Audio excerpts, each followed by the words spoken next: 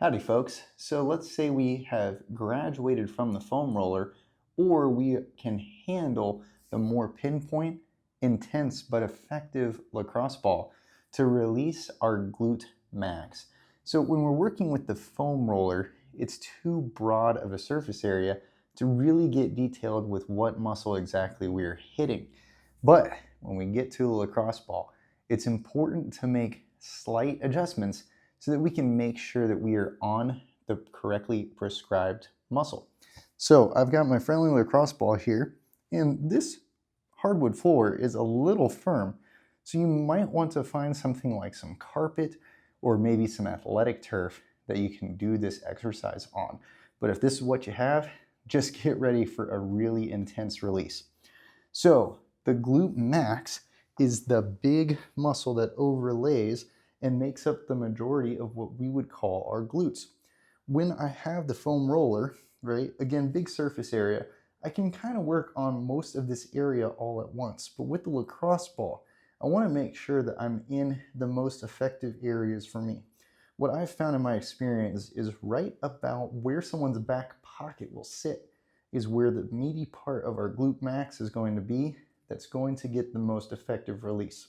If I'm too far down, I'm either not on a muscle or I'm on an entirely different group of muscles. That's a different video entirely.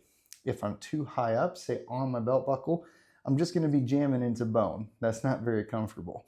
And then another landmark, right? So if I'm more on the seam of my shorts or pants, that's going to be the glute med and glute min, not the glute max that we're trying to work on. Different videos, very important muscles, but different videos, different technique to work on those. So a couple of ways we can get to this area. First is kind of in a more supported position. So I could get that lacrosse ball kind of jammed right along that back pocket area. I can make sure my feet are planted on the ground and I've got my arms supporting me, and I can just lift my opposite side hip kind of off the ground and put my body weight into that lacrosse ball. Now, I'm going to make small movements until I find, ooh, that's a tender spot right there. Remember, we're not rolling around, right? Do not fall into that trap of rolling your muscles out. We are instead going to find that tender knot trigger point. We're going to hold the pressure 30 to 60 seconds, intense but tolerable. So if I really want to make it more intense, let's say this is not enough for me yet, what I can easily do is I can pick my knee up and kick my leg down. So notice I'm moving into hip flexion and some hip extension, which is going to pin and strip that muscle against the ball. Okay, that is again pretty intense. If this is a little bit too much, okay, I can go to where I'm laying on the ground, and what I want to do here is start by laying on my back, and then I can get that ball kind of in that back pocket position. Notice I'm now supported by my upper body, so I could get the ball in place, tilted a little bit onto that hip, and again find that trigger point. But now, because my body weight is on the ground supported, this is not nearly as intense as that first option.